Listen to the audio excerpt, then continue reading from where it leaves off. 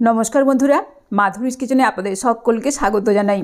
आज तैरी करब बीटेर लुचि। ताहले चलुन शुरू करी आजकेर এই रेसिपि।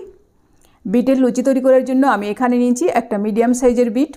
और এই बीटটা बेश कয়েকদিন ধরে আমার ফ্রিজের মধ্যে ঘোরাঘুরি করছিল, তাই ভাবলাম এটা দিয়ে আজ কিছু একটা করি।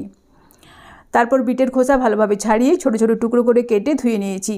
এরপর আমি মিক্সার গ্রাইন্ডারের এই ছোট জারটার মধ্যে বিটের টুকরোগুলোকে ঢেলে দিলাম। অল্প একটু জল দিয়ে এটাকে মিহি করে বেটে নেব। বিটের পেস্ট তৈরি হয়ে গেছে। অন্যদিকে একটা বড় পাত্রের মধ্যে নিচ্ছি 1 কাপ ময়দা, 1 কাপ আটা আর বড় চামচের 1 চামচ সুজি। এর সঙ্গে দেব পরিমাণ মতো লবণ, অল্প একটু চিনি আর দিচ্ছি অল্প পরিমাণে ভাজা জিরের গুঁড়ো, অল্প একটু হিংও এর মধ্যে দিচ্ছি। তার সঙ্গে দেব 2 চামচ সাদা তেল। তারপর আটা ময়দার সঙ্গে সমস্ত কিছু ভালোভাবে মিশিয়ে দেব।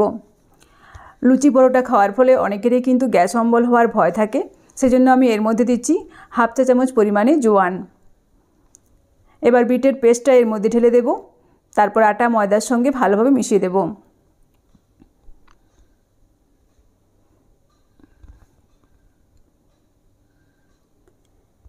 এবার পরিমাণ মতো জল দিয়ে এটাকে ঠেসে ঠেসে মেখে নেব।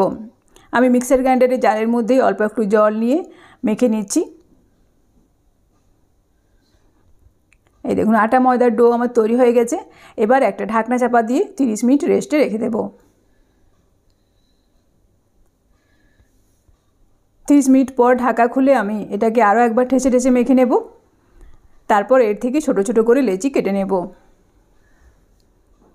এরপর আমি এর থেকে ছোট ছোট করে লেচিগুলোকে কেটে নিচ্ছি। এই দেখুন একটা লেচি তৈরি হয়ে গেছে। আর ওই একই রকমভাবে সমস্ত লেচিগুলোকে তৈরি করে নেব।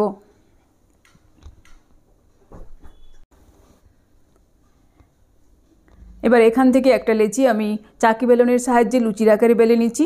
আর চাকি বেলনের গায়ে আমি আগে থেকেই ভালোভাবে সাদা তেল মাখিয়ে রেখেছিলাম। এরপর লুচিগুলোকে বেলে নেব। এই দেখুন একটা লুচি আমি ভালোভাবে বেলে নিয়েছি। এরপর এটা গরম তেলের মধ্যে ছেড়ে দিচ্ছি। তারপর মিডিয়াম টু হাই ফ্লেমে লুচিগুলোকে ভালোভাবে ভেজে নেব।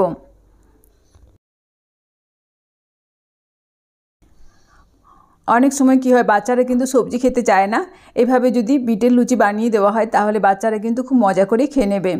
এই দেখুন একটা লুচি তৈরি হয়ে গেছে। এবার এটা একটা পাত্রের মধ্যে তুলে রাখছি। আর ওই একই রকমভাবে সবকটা লুচি ভালোভাবে ভেজে নেব।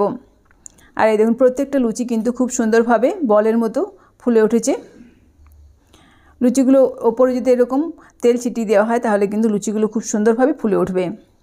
এটাও তৈরি হয়ে গেছে। এবার এটাকে তেল থেকে ছেঁকে ওই একই জায়গায় রেখে দেব। আর ওই একই রকমভাবে সমস্ত লুচিগুলোকে ভালোভাবে ভেজে নেব। তৈরি হয়ে গেল আজকের রেসিপি বিটের লুচি।